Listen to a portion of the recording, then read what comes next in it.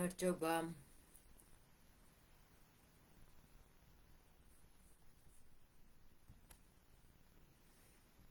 დღევანდელი ჩვენი შეხვედრის თემა არის როგორ შევარჩიო ეფექტური ფსიქოლოგიური ტრენინგი და ასევე როგორ შევარჩიო ფსიქოთერაპევტი და რა უნდა გავითვალისწინო.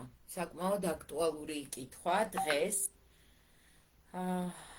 როდესაც ძალიან ბევრი გამოჩნდა ჩვენს რეალობაში, საქართველოს რეალობაში, ტრენინგ ცენტრი, ფსიქოლოგიის ცენტრი, მენტალური ჯანმრთელობის ცენტრები და როგორ შევარჩიო, როდესაც ამდენი სპეციალისტია, რას მივეყრდნო ახლობლის რეკომენდაციას, ან შეიძლება დაუჯერო ინტუიციას, ვისთანაც უფრო მიმიწევს გული, ან ყველასთან მივიდე თითო სესიაზე და შემდეგ მივიღო გადაწყვეტილება, ან როგორ მივიღო გადაწყვეტილება და რამდენი სესია არის საკმარისი იმისთვის, რომ გადაწყვეტილება მივიღო. ეს ერთის მხრივ, მეორეს მხრივ ამ სფეროს ფარგლებში გაზრდილმა მოთხოვნამ სპეციალისტების რაოდენობაც გაზარდა და ბევრს აქვს სურვილი განვითარდეს ამ პროფესიაში, გახდეს ფსიქოკონსულტანტი, ფსიქოთერაპევტი და აქედან გამომდინარე როგორ დავიწყო, როგორ შევარჩიო სასწავლო პროგრამა, მიმართულება, სკოლა, საიდან დავიწყო სწავლა, ხანმოკლე პროგრამები ავარჩიო თუ ეგრევე 4 წლიანი, 5 წლიანი პროგრამა ავარჩიო და იმას მივყვე და ასე შემდეგ. მოკლედ, კითხვა ბევრია, მე პატარა მონახაზი მაქვს, რაზეც მინდა გავამახვილო ყურადღება. თუ გზადაგზა კითხვები იქნება, სიამოვნებით ამ კითხვებსაც გავცემ პასუხს და შესაბამისად გთხოვთ, რომ იაქტიუროთ, დასვით თქვენი კითხვები და ასევე ჩემი თხოვნა იქნება გააზიაროთ ეს ეთერი, რომ ამ საკითხით დაინტერესებულ ადამიანებს მივაწვდინოთ ხმა. მე ვარ ფსიქოთერაპევტი, ექიმი ვარ განათლებით, ექიმი ფსიქოთერაპევტი, ამ ეტაპზე უკვე ხელზე ორიენტირებული ფსიქოთერაპევტი, ევროპული სრული კურსი, ჯუნიორ ტრენერი ხელზე ორიენტირებული ფსიქოთერაპიის მიმდინარეობაში. ასევე ვარ ნეიროგრაფიკის ინსტრუქტორი დიპლომირებული, არტ-თერაპევტი და მაქვს ბევრი საინტერესო პროგრამა, რომელზეც ასევე ვისაუბრებ ამ ლაივის ფარგლებში, თუმცა მთავარი ამოცანა ამ შემთხვევაში არ არის რეკლამა ჩვენი კურსების, გზადაგზა კურსებსაც ვახსენებ, რა თქმა უნდა, იმიტომ რომ ჩვენი კურსის მაგალითზეც კი შეგვიძლია რომ განვიხილოთ გარკვეული საკითხები, თუმცა ძირითადი ასპექტი ეს არის, რას უნდა მიაქციოს ყურადღება მომხმარებელმა და როგორ უნდა მიხვდეს ეს კონკრეტული ტრენერი თუ ფსიქოთერაპევტი უხდება თუ არ უხდება მას. და დავიწყოთ ფსიქოთერაპიით, როგორ შევარჩიო ფსიქოთერაპევტი. როდესაც მივდივარ სესიაზე, მაქვს რაღაც დისკომფორტი, ეს დისკომფორტი ნორმალურია თუ არა? რას უნდა ვგრძნობდე სესიის მერე? ეს ძალიან მნიშვნელოვანი საკითხებია, თუმცა უნდა დავიწყოთ იმით, პირველი ნაბიჯით, რეალურად, როდესაც ჩვენ ვრეკავთ და ვეწერებით სესიაზე. და რა ძირითად გზებს მივმართავთ ხოლმე, როდესაც ვეწერებით სესიაზე. ყველაზე ხშირი და გავრცელებული ჩვენს ქვეყანაში გზა ეს არის პირადი რჩევა, მეგობრის, ახლობლის, გავიარე იქ ვიღაცასთან რაღაცა საკითხი და ვიღაცა მირჩია კონკრეტული სპეციალისტი. ეს პირველი ნაბიჯია, თუმცა ეს არ არის უკანასკნელი ნაბიჯი, რადგან ის ფაქტი, რომ თქვენ მეგობარს, თქვენს ახლობელს მოუხდა კონკრეტული ფსიქოთერაპევტი ან მისი მიდგომა, არ ნიშნავს იმას, რომ თქვენც მოგიხდებათ. ასევე ძალიან მნიშვნელოვანია სპეციალისტის განათლება. სამწუხაროდ დღეს საქართველოში ძალიან ბევრი არასპეციალისტი თავს ესე პოზიციონირებს როგორც ფსიქოთერაპევტს ან ფსიქოკონსულტანტს და აქ ძალიან დიდი პასუხისმგებლობა არის ერთის მხრივ თვითონ მომხმარებლებზე, რამდენად ჩაიხედნენ იმ საკითხში, ვისთან მიდიან, რა მიზნით მიდიან და ასე შემდეგ. ასე რომ კითხვა განათლებასთან დაკავშირებით თუ კი სპეციალისტს არ აქვს საიტზე, გვერდზე მითითებული მისი განათლება, აბსოლუტურად გამართლებულია და ვთვლი, რომ ზრდასრული ადამიანის ერთ-ერთი ნიშანია დასვას კითხვა, თუ შეიძლება მოყევი რა გზა გაიარე იმისთვის, რომ ფსიქოთერაპევტი გახდე, რა განათლება გაქვს და რა შეხედულებები გაქვს ამ პროფესიაზე. ამასთან ერთად ძალიან მნიშვნელოვანია და კვლევებით დადასტურებულია ის მომენტი, რომ ფსიქოთერაპია არ არის მხოლოდ მეთოდი აპრობირებული უნდა იყოს და აღიარებული უნდა იყოს მინიმუმ საზოგადოების მხრიდან, ამ შემთხვევაში პროფესიულ საზოგადოებას გულისხმობ, უნდა კონდეს გარკვეული თეორიული ბაზისი და არ უნდა იყოს დაყრდნობილი რაღაც ისეთ ზოგად ან ცოტა ისეთ ეზოთერიკულ საყრდენზე, უნდა კონდეს მეცნიერული ბაზისი და ამასთან ერთად მეთოდი მუშაობს არა მხოლოდ ინსტრუმენტის სახით. ნახეთ, ანუ ფსიქოთერაპია არ არის იგივე, რაც მაგალითად სტომატოლოგია. თუ სტომატოლოგი გარკვეულ ნაბიჯებს მიყვება იმისთვის, რომ ბჟენი გააკეთოს, ფსიქოთერაპევტსაც აქვს ეს გარკვეული ნაბიჯები, გარკვეული ალგორითმები მუშაობის, გარკვეული ტექნიკები, რომელსაც ასწავლიან და სწავლობენ ტრენინგებზე და ტრენინგებზე მოგვიანებით ვისაუბროთ. თუმცა უმნიშვნელოვანესი გარდა იმისა, რომ ფსიქოთერაპევტმა აითვისა ეს ტექნიკა, მას აქვს ამ ტექნიკის გამოყენების გამოცდილება და აქ მეორე ფაქტორი განათლება პლუს გამოცდილება. რამდენი წელია ეს სპეციალისტი არის აი ამ პრაქტიკაში, რამდენად აქტიურად იყენებს კონკრეტულ მიმდინარეობას და რამდენად აქვს გამოცდილება იმ პრობლემასთან მუშაობაში, რომელიც თქვენ გაქვთ. კიდევ ერთი აი ეს კვლევებზე დაფუძნებული მომენტი არის ის, რომ ფსიქოთერაპიაში ძალიან მნიშვნელოვანია თვითონ ფსიქოთერაპევტის ფიგურა. ის ერთგვარ ესეთ საყრდენ ფიგურას წარმოადგენს, გარკვეული პერიოდით ქმნის საყრდენს კლიენტისთვის და თუ ფსიქოთერაპევტი არ არის კარგად დამუშავებული, არ აქვს მას გავლილი თავისი პირადი თერაპია, ან არ გადის ამ თერაპიას, დიდი ალბათობით აი ეს პუნქტი, პროფესიონალიზმის შემადგენელი პუნქტი არის გარკვეულწილად დარღვეული. ამიტომ განათლებასთან და გამოცდილების წლებთან ერთად შეგიძლია დაუსვათ კითხვა ფსიქოთერაპევტს, თუ გადის პირად თერაპიას, ან რამდენი საათი აქვს პირადი თერაპიის გავლილი. ის ფაქტი, რომ ფსიქოთერაპევტს აქვს მაგალითად ევროპული სერტიფიკატი და საქართველოში უკვე არიან ეს ტიპ ფსიქოთერაპევტები, მათ შორის მეც ვარ, მეტყველებს იმაზე, რომ მინიმუმ 160 საათი პირადი თერაპიის უნდა კონდეს გავლილი.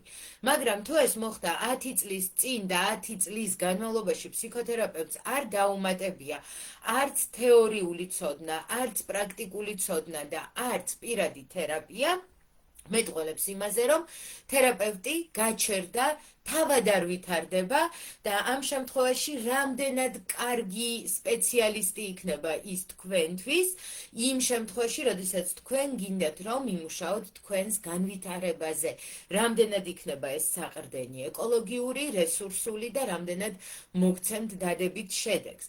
თუმცა იმ შემთხვევაში, როდესაც თქვენ ვერ ჩერდებით და ვერ აკეთებთ პაუზას, მსგავსი გამოცდილების მქონე თერაპევტი შეიძლება აღმოჩნდეს რესურსული. ამიტომ ყოველთვის დააკვირდით, რა პერიოდებში მის განათლებაში მოდის რაღაცა სიახლე და რა დროს უთმობს აი ამ სიახლის შერგებას. და კიდევ ერთი მნიშვნელოვანი კრიტერიუმი, რომელიც ასევე განსაზღვრავს კარგ ფსიქოთერაპევტს, ეს არის სუპერვიზიის საათები. ყავს თუ არა სუპერვიზორი, ეს არის უფროსი კოლეგა, რომელიც კვალიფიციურია საკმარისად იმისთვის, რომ კოლეგებს გაუწიოს კონსულტირება არა ფსიქოთერაპიული, არამედ მენტორინგის ფორმით და დაეხმაროს სპეციალისტს იმ ცოტა რთულ, გაურკვეველ სიტუაციებში დაინახოს ის, რაც შეიძლება გამოეპარა ან ვერ შეამჩნია. რა თქმა უნდა, ყველა თერაპიულ кейს და ყველა კლიენტს სუპერვიზია არ ჭირდება, თუმცა თუ თერაპევტი აცნობიერებს, რომ მის პრაქტიკაში შეიძლება აღმოჩნდეს გარკვეული სირთულე და ამ სირთულის დასაძლევად მას ყავს უფროსი კოლეგა, ვისაც მიმართავს და ამ საკითხებს გადის, ესეც მეტყველებს ფსიქოთერაპევტის კვალიფიკაციაზე, თუმცა კვლავ არ არის იმის გარანტი, რომ თქვენ კონკრეტულად ეს სპეციალისტი მოგიხდებათ. ახლა უკვე თქვენი თვითგანცდა, რომელსაც ასევე უნდა მიაქციოთ ყურადღება, რა შეგრძნებებით, როგორი განცდებით უნდა მიხვდეთ ეს თერაპიული პროცესი თქვენთვის რამდენად ეფექტური და რამდენად სასურველია.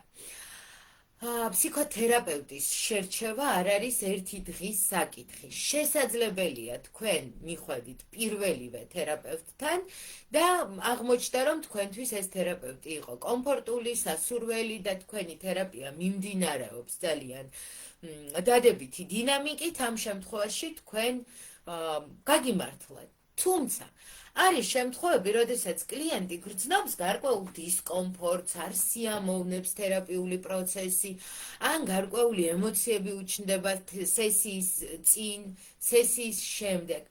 აუცილებლად მიაქციეთ ამას ყურადღება, რადგან თქვენი ფსიქოთერაპევტის შერჩევა თქვენი ფსიქოთერაპიის ნაწილია. ნახეთ, რას გულისხმობ.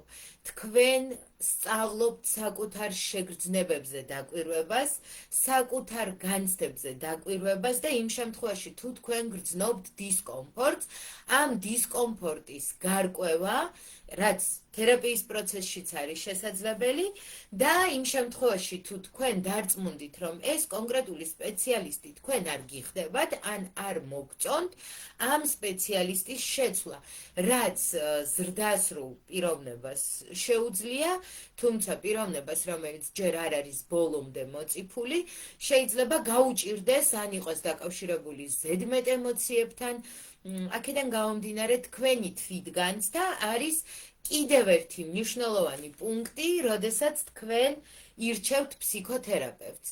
თუ თქვენ გრძნობთ დისკომფორტს სესიის შემდეგ, ეს შეიძლება იყოს იმის ნიშანი, რომ მაგალითად ის ტრავმული გამოცდილება, რომელიც აქამდე იყო მივიწყებული სადღაც ქვეცნობიერში იდო, ამოტივტივდა და ეს თერაპიული პროცესის ნაწილია. როგორ რეაგირებს აი ამ უსიამოვნო შეგრძნებებზე თერაპევტი?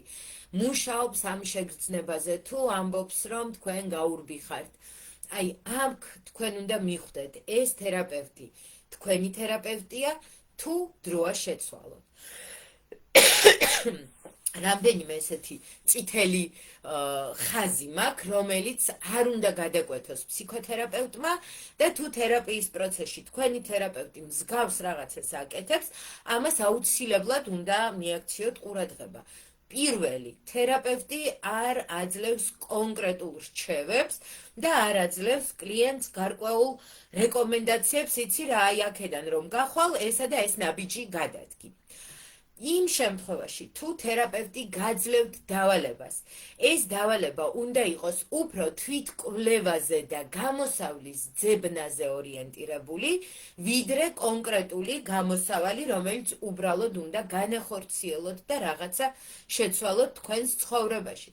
მაგალითად, ხართ ტოქსიკურ ურთიერთობაში, მაგრამ თერაპევტი პირდაპირ არ ამბობს დაშორდი, თერაპევტი აძლიერებს იმ თქვენს პარამეტრებს, რომელიც არის სუსტი და რომლის გამოც თქვენ ვერ იღებთ გადაწყვეტილებას დარჩეთ ამ ურთიერთობაში თუ დაშორდეთ პარტნიორს. ამასთან ერთად თერაპევტის ესეთი წითელი ხაზი, რომელიც თერაპევტმა არასდროს არ უნდა გადაკვეთოს, ეს არის შეფასებები. შენ სუსტი ხარ, შენ არ შეგიძლია, შენ რაღაცნაირი დაბნეული ხარ, ანუ ერთგვარი იარლიყების, ან პირიქით, შენ ძალიან ძლიერი ხარ და გამოგივა. თითქოს მამოტივირებელი შეფასებაა, თუმცა ფსიქოთერაპიის პროცესში კლიენტმა თავად უნდა აღმოაჩინოს საკუთარი ძალა, საკუთარი სისუსტე და თერაპევტთან ერთად განიხილოს ეს საკითხი. ხოლო იმ შემთხვევაში თუ თერაპევტი ამაზე მიუთითებს პირდაპირ, ესეც არის ერთგვარი წითელი ხაზი, რომელიც თქვენთვის უნდა იყოს დახილის ნიშანი, რამდენად კომპეტენტურია ის პროცესი, იმ პროცესში თერაპევტი, რომელსაც ჩვენ გავდივართ. და კიდევ ერთი ძალიან მნიშვნელოვანი მომენტი, ეს არის საზღვრების დარღვევა. თუ თერაპევტი არღვევს თქვენს საზღვრებს. მაგალითად, გირეკავთ, გთხოვთ რაღაცის გაკეთებას სესიების მიღმა, საკუთარი ინტერესისთვის, ან შეიძლება გარკვეულწილად თანხასთან დაკავშირებით უცებ ცვლილება შემოაქვს და არ გაგაფრთხილათ წინასწარ. ან კიდევ რა შეიძლება იყოს, მაგალითად, არის ესეთი შემთხვევები და სამწუხაროდ არაერთი არის ბოლო დროს, ამიტომ ვთვლი, რომ ამაზეც უნდა გავამახვილოთ ყურადღება. თერაპევტი რომანტიულ გრძნობების შესახებ ესაუბრება კლიენტს და უმხელს, რომ მას აქვს გარკვეული მიზიდულობა, ტოლვა, ის რომ კლიენტი ძალიან მიმზიდველია მისთვის და კიდევ უარესი ამყარებს კლიენტთან თერაპიის პროცესში, თერაპიის მიღმა, რა თქმა უნდა, ინტიმურ კავშირს. ეს არის პირდაპირ იმის ნიშანი, რომ თერაპევტი არ და ვერაცნობიერებს საკუთარ როლს, არ და ვერაცნობიერებს იმ თერაპიულ პროცესს, რომელიც მიმდინარეობს და აქედან გამომდინარე ძალიან მნიშვნელოვანია, რომ თქვენ იცოდეთ, რომ ეს არ არის ნორმალური და ამის გატარება, ამის მიღება, მით უმეტეს აი უხერხულია და ასე შემდეგ, არავითარ შემთხვევაში არ შეიძლება. იყო ესეთი შეკითხვა ჩვენ სტაჟირების პროგრამაზე, როდესაც მკითხეს, რომ იცი რა დიანა, აი მაგალითად თერაპევტმა ჩემ მეგობარს მისცა ასეთი რჩევა, დაკავდი სპორტით.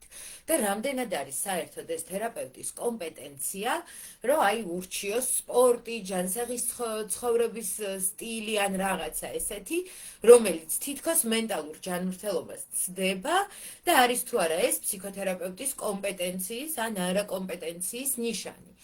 არის შემთხვევები, როდესაც კლიენტს აქვს ძალიან ბევრი შეკავებული ენერგია და სასურველია, რომ მან იპოვოს უსაფრთხო ადგილი, უსაფრთხო ხერხი, როგორ გათავისუფლდეს ამ ენერგიისგან.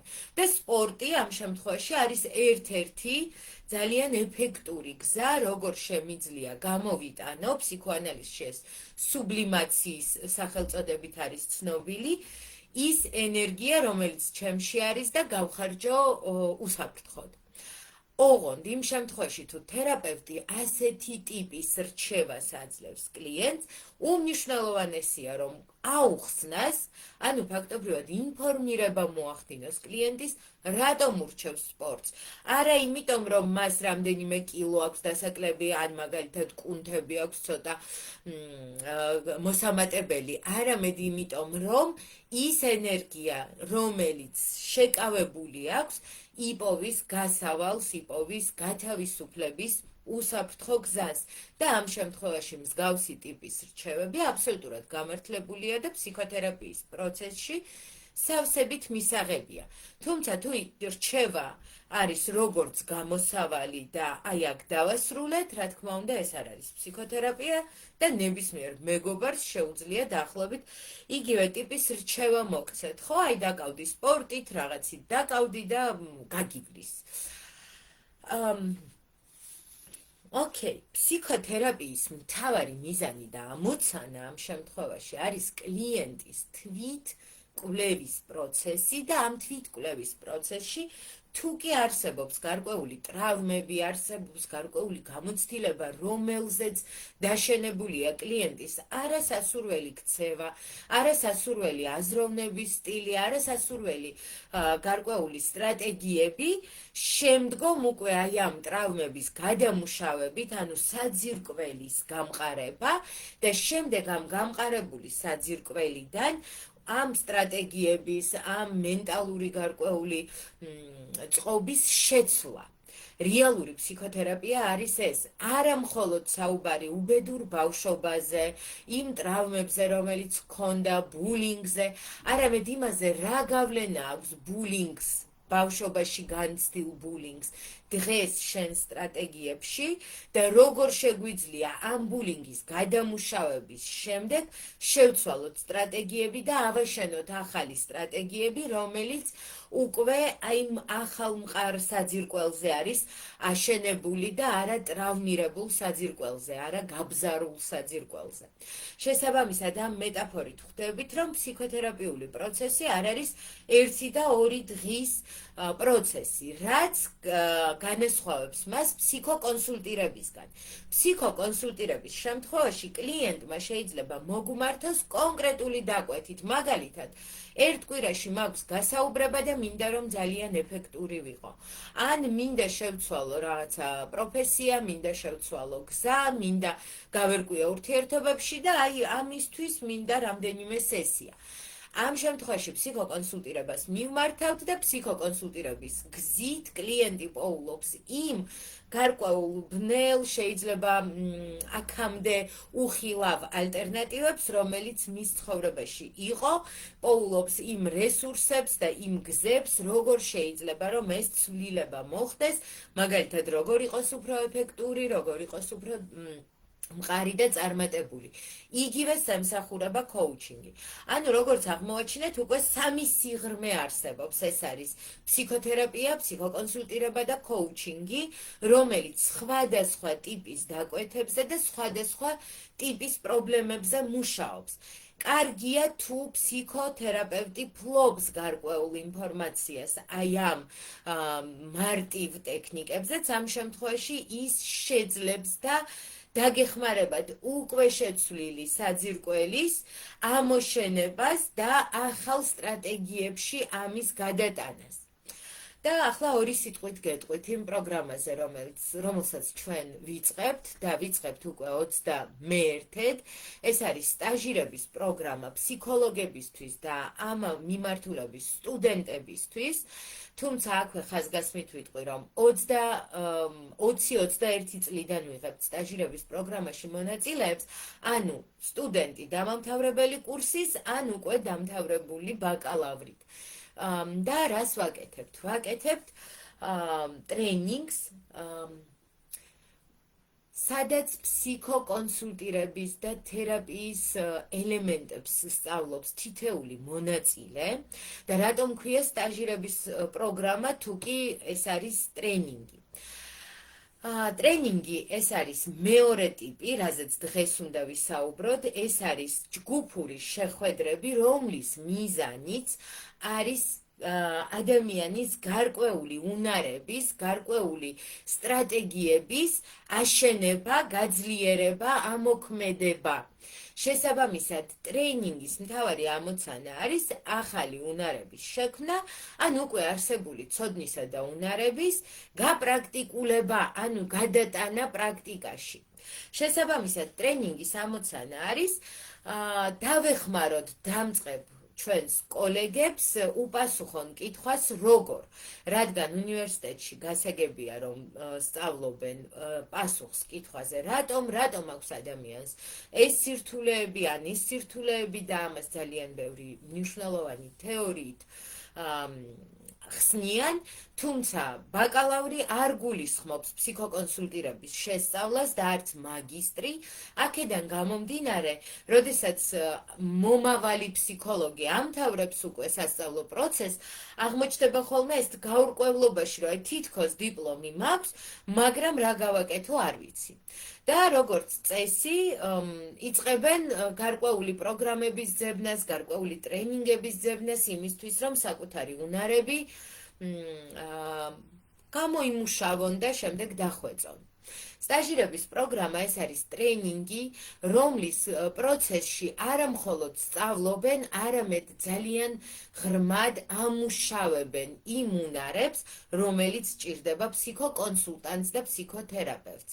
ეს არის აქტიური მოსმენა, ფსიქოთერაპიული სტრატეგიის შექმნა, ფსიქოთერაპიული ხედვა, ფსიქოდინამიკის დანახვა და საიდან მოდის მიზეზი, რა სიღრმიდან მოდის მიზეზი, ამის განსაზღვრა, ფსიქოთერაპიული სტრატეგიის აწყობა, დანახვა ნევროტული დაცვის მექანიზმების, დანახვა პიროვნების სტრუქტურის და მისი გარკვეული მცდარი ან არასწორი სტრატეგიების, რომელიც რეალურად ქმნის პრობლემას და შემდგომ უკვე ვასწავლით ტექნიკებს, როგორ იმუშაონ ამ თუ იმ პრობლემასთან.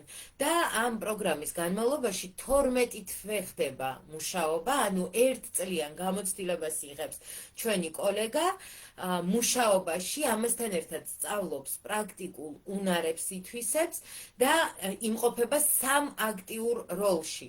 პირველი ეს არის ფსიქოთერაპევტის როლი, როდესაც ის აკვარიუმის სისტემაში მუშაობს კლიენტზე. მეორე კლიენტის როლი, როდესაც ის არის კლიენტი და მასზე მუშაობს თერაპევტის როლში მყოფი სტაჟიორი ან ტრენერი დემოს შემთხვევაში.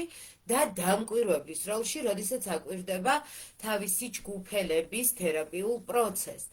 სამივე ეს როლი უმნიშვნელოვანესია და წარმოუდგენელია, რომ ფსიქოთერაპია ან ნებისმიერი სხვა პრაქტიკული რამ შეისწავლო მხოლოდ ერთ როლში, მაგალითად დამკვირვებლის როლში.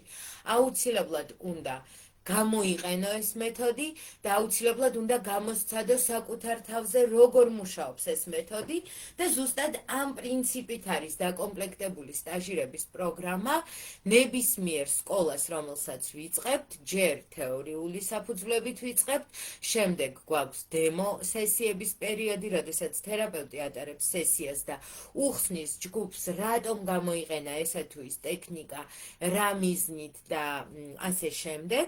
და ასევე შემდეგ უკვე ჯგუფის წევრები მუშაობენ ერთმანეთზე და იღებენ სუპერვიზიას ტრენერისგან. ამასთან ერთად ჩვენ გვაქვს ძალიან ბევრი ამოცანა თერაპიული, სადაც ჯგუფი მსჯელობს და ვარჯიშობს იმაში, რომ არა თერაპიულ პროცესში, არამედ თერაპიული პროცესის მიღმა შეძლოს იმ თერაპიული ჰიპოთეზის შექმნა, თერაპიული სტრატეგიის დაგეგმვა და ასევე მსჯელობთ ხოლმე ამაზე და ძალიან ბევრ საინტერესო აღმოჩენას აკეთებენ ხოლმე ჯგუფის წევრები. მაშინ რა გზით ავარჩიოთ ეფექტური ტრენინგი, რას უნდა აკმაყოფილებდეს, აქ გარკვეულწილად ესეთი მსოფლიო პრაქტიკა არის, გარკვეულწილად ჩემი პირადი გამოცდილება, როგორც ფსიქოთერაპევტის და ტრენერის და თქვენ გაქვთ უფლება მიიღოთ ან არ მიიღოთ ეს ჩემი ხედვა, თუმცა მე რამდენიმე ესეთი საინტერესო პუნქტი გამოვკვეთე თქვენთვის. პირველი, ტრენინგს უნდა გქონდეს კონკრეტული მიზანი და ამოცანა, რას ემსახურება ტრენინგი. მივედი და გავარკვიე რა საინტერესო თეორია არსებობს, ესეც მიზანია. თუმცა თქვენი მიზანი, როდესაც მიდიხართ ტრენინგზე, რამდენად ეთანხმება იმ მიზანს, რომელსაც ტრენინგი სახავს მონაწილეების წინაშე. თქვენ გინდათ უბრალოდ გაერკვიოთ გარკვეულ თეორიაში, თუ თქვენ გინდათ გარკვეული უნარები აითვისოთ. შესაბამისად, რა მიზანს ემსახურება ტრენინგი, უნდა იყოს მკაფიო და თუ განცხადებაში ან ტექსტში, რომელიც მოგაწოდათ ტრენერმა, არ არის საკმარისი ინფორმაცია, რას მიიღებთ ტრენინგის შედეგად, თქვენ შეგიძლიათ ეს კითხვაც დაუსვათ ტრენერს ან ორგანიზატორს ტრენინგის. რა ბენეფიტები აქვს, ხო? ანუ რა მოაქვს? გარდა გამოცდილების, თქვენ მიიღებთ გარკვეული მოცულობის მასალას. დღეს ბევრად უფრო მეტი ლიტერატურა არსებობს ქართულ ენაზე, ვიდრე როდესაც მე ვსწავლობდი, მაშინ თითქმის არ არსებობდა, თუმცა კვლავ მოყვება თუ არ მოყვება ტრენინგს გარკვეული მასალა, თეორიული ნაბეჭდის სახით, რა ენაზე მოყვება თუ არა ქართულ ენაზე და ამასთან ერთად სერტიფიკატი თუ გაიცემა. ეს არის ყველაზე ხშირად დასმული კითხვები. და გეტყვით, რომ საქართველოში არც ერთი ტრენინგის სერტიფიკატი ფსიქოლოგის კვალიფიკაციას არ აძლევს ადამიანს. იმ შემთხვევაშიც კი, როდესაც ტრენინგი არის საკმაოდ ხანგრძლივი, როგორც თქვათ, სტაჟირების პროგრამა არის 12 თვიანი ან ნებისმიერი სხვა პროგრამა, რომელიც გრძელდება საკმაოდ დიდი საათების მოცულობით, არ მოგცემთ ფსიქოლოგის კვალიფიკაციას. საქართველოში ფსიქოლოგის კვალიფიკაციას გაძლევთ მხოლოდ ბაკალავრი ან მაგისტრი თუ მომიჯნავე სპეციალობიდან ჩააბარეთ ფსიქოლოგიის მაგისტრატურაზე. სხვა შემთხვევაში ყველა გავლილი ტრენინგი და ტრენინგის შედეგად მიღებული სერტიფიკატი თქვენს კვალიფიკაციის ამაღლებაზე მეტყველებს და დამსაქმებლისთვის ეს არის ინფორმაცია იმ სტანდარტული საბაზისო განათლების მიღმა კიდევ რა ნაბიჯები გაიარა კანდიდატმა, თუ კი სამსახურთან დაკავშირებით არის განხილული ეს სერტიფიკატები და რა უნარები აითვისა ტრენინგის მსვლელობისას. შესაბამისად, შევთანხმდეთ იმაზე, რომ 2 და 3 დღიან ტრენინგზე უნარების ათვისება, დამუშავება და დახვეწა ფიზიკურად ვერ მოესწრება, თუ კი ჩვენ არ ვსაუბრობთ ძალიან ვიწრო საკითხზე. მაგალითად, როგორ ვიმუშავო ტრაუმულ ფობიაზე გარკვეული მეთოდით. აი, როდესაც ესეთ ტრენინგს აცხადებენ 2 დღიანს ან თუნდაც 1 კვირიანს, მანდ გასაგებია. თუმცა იმისთვის, რომ მეტ-ნაკლებად ჩაიხედოს ადამიანი სპეციფიკაში, მინიმუმ 3 თვიანი უნდა იყოს ტრენინგი. 3 თვე საკმარისია იმისთვის, რომ თეორიული ასპექტებიც გაიაროთ, გარკვეულწილად პრაქტიკული ასპექტებიც აითვისოთ და ეს პრაქტიკული ასპექტები შემდეგ დაამუშავოთ, მოინელოთ, დასვათ კითხვები, მიიღოთ კითხვებზე პასუხები და ეს საკმაოდ მნიშვნელოვანი პროცესია. ამიტომ მეორე, რასაც ყურადღებას ვაქცევთ, ეს არის ტრენინგის ხანგრძლივობა. რაც მეტყველებს იმაზე, თუ რამდენად საფუძვლიანად მოხდება ამა თუ იმ საკითხის დამუშავება და ათვისება. მესამე პუნქტი, რასაც ძალიან დიდი მნიშვნელობა აქვს, ვინ არის ტრენერი, როგორც ფსიქოთერაპიაში მნიშვნელოვანია ფსიქოთერაპევტის ვინაობა და მისი განვლილი გზა, როგორც ერთგვარი საყრდენი თერაპიულ პროცესში, ტრენერი ეს არის საყრდენი პროფესიულ განვითარებაში. და თუ თქვენ გადიხართ პრაქტიკულ ტრენინგს თეორეტიკოს სპეციალისტთან, რომელსაც შეიძლება აქვს გადასარევი გადმოცემის უნარი, ძალიან საინტერესო თყვება, მას თავად არ აქვს გამომუშავებული ის პრაქტიკული უნარები, რომლის გამომუშავებას თქვენ აპირებთ ტრენინგზე.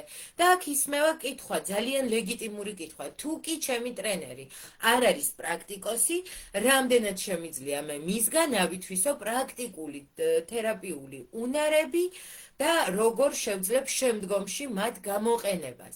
ამიტომ, თუ თქვენ სწავლობთ პრაქტიკულ მიმდინარეობებს, თუ კი თქვენ სწავლობთ ფსიქოკონსულტირებას ან ფსიქოთერაპიას, ტრენერი, რომელიც ატარებს ამ ყველაფერს გარდა ტრენერთა ტრენინგის კურსდამთავრებულის, უნდა იყოს პრაქტიკოსი სპეციალისტი თავისი გამოცდილებით, ცოცხალი кейსებით, მსჯელობით და უნარით, აი ეს ხედვა კონდეს თერაპიული, რომელიც თქვენ უნდა გამოგიმუშავდეთ ტრენინგის მსვლელობისას. შემდეგი პუნქტი, რასაც უნდა მივაქციოთ მნიშვნელობა, ეს არის თქვენთვის კომფორტული ფორმატი. ტრენინგები ცხადდება ონლაინ და ოფლაინ ფორმატში, პანდემიამ ეს კიდევ უფრო გააძლიერა და ამ შემთხვევაში რას ვირჩევ მე? მე ვირჩევ ონლაინ ფორმატს თუ ოფლაინ ფორმატს და ტრენინგი რა ფორმატში ტარდება.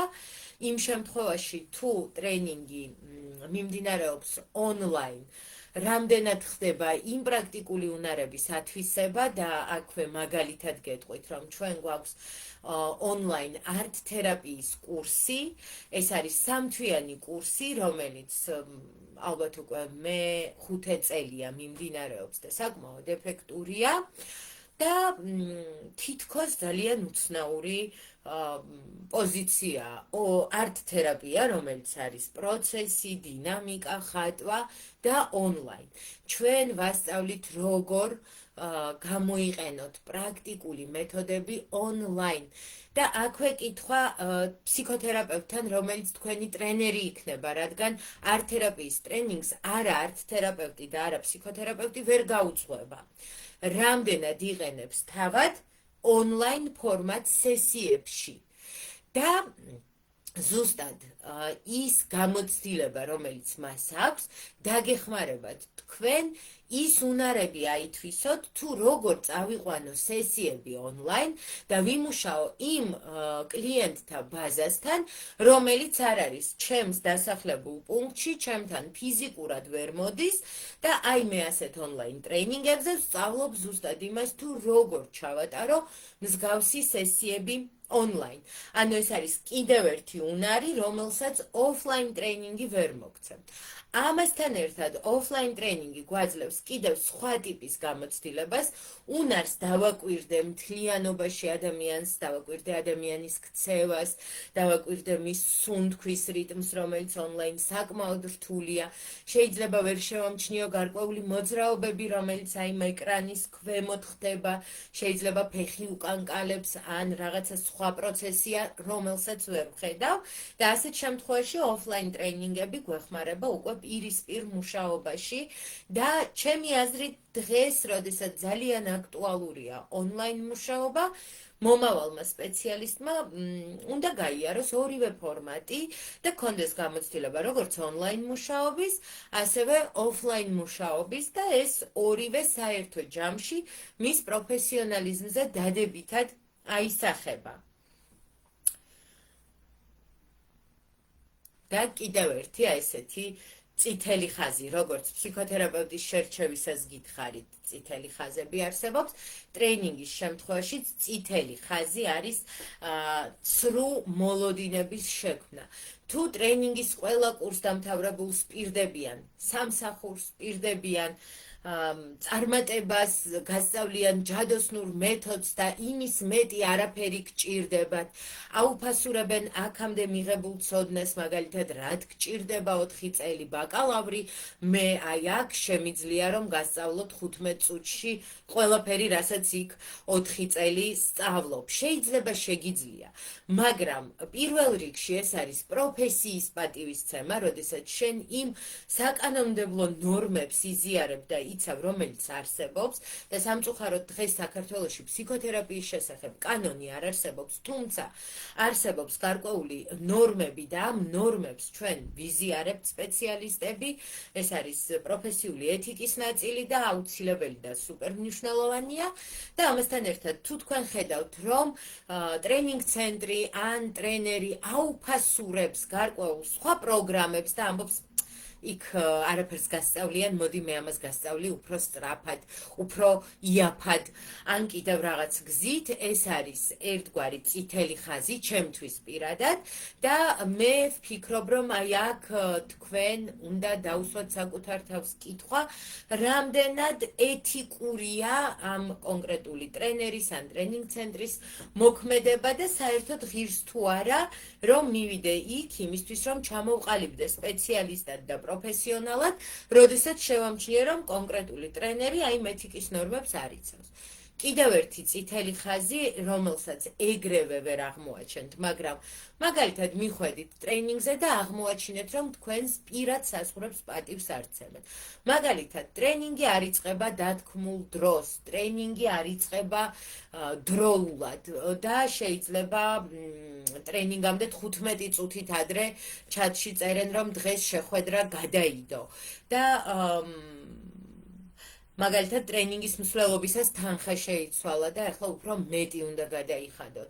ან აღმოაჩინეთ, რომ რაღაც შემთხვევაში თქვენი სერტიფიკატი კითხვის ნიშნის ქვეშ დგება, თუ კი თქვენ არ გადაიხდით დამატებით სერტიფიკატის ფულს, რომელიც აქამდე არ იყო განხილული, ან იყო განხილული ძალიან ბუნდოვნად. თქვენი პასუხისმგებლობა იყო ეს ბუნდოვნების შემთხვევაში კითხვა დაგესვათ, თუმცა ტრეინინგ ცენტრის პასუხისმგებლობა, გამჭირვალედ მოგაწოდოთ ინფორმაცია და ამ შემთხვევაში ესეც ერთგვარი წითელი ხაზია, რომელსაც არ უნდა ლახავდეს, ასე რომ ვთქვათ, ეთიკურ ნორმებს თუ ითვალისწინებს ტრენერი და ტრენინგ ცენტრი.